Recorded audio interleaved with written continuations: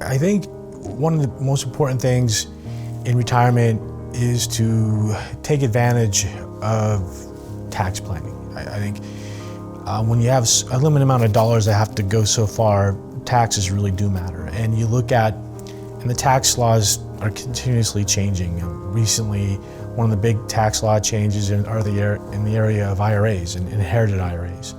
People used to be able to stretch, the next generation could stretch out an IRA over their life expectancy. Now it's got to be taken out within 10 years. So you have a client that has their whole life, maybe they put all their money in 401k plans, right? And they didn't really diversify outside of that. So they end up having millions of dollars in an IRA account.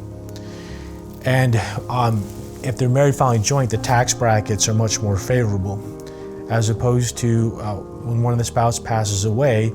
Now a single tax bracket person who's single, the tax brackets are much more compressed, and you get to higher tax rates a lot quicker.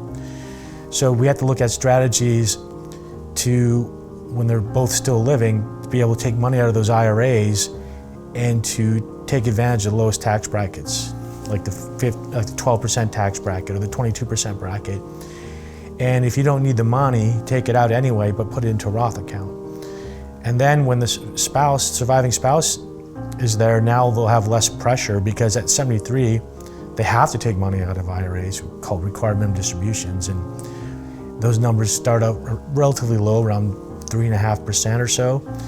By the time they're in their 80s, they're taking out maybe around 8%. They can really pop them up into higher tax brackets. But with proper planning ahead of time, you can alleviate that, end up with a lot of money in Roth accounts, which are tax-free, don't have any required minimum distributions. And then when the second spouse passes away, we talked about stretching IRAs. You can't do that anymore. All that IRA money has to be out within 10 years. And if you only have one child as a beneficiary, taking out millions of dollars over 10 years can be really, really expensive for income taxes. So you got to plan ahead with those kind of things. And that's where a good financial planner or CPA can come in and help you think ahead.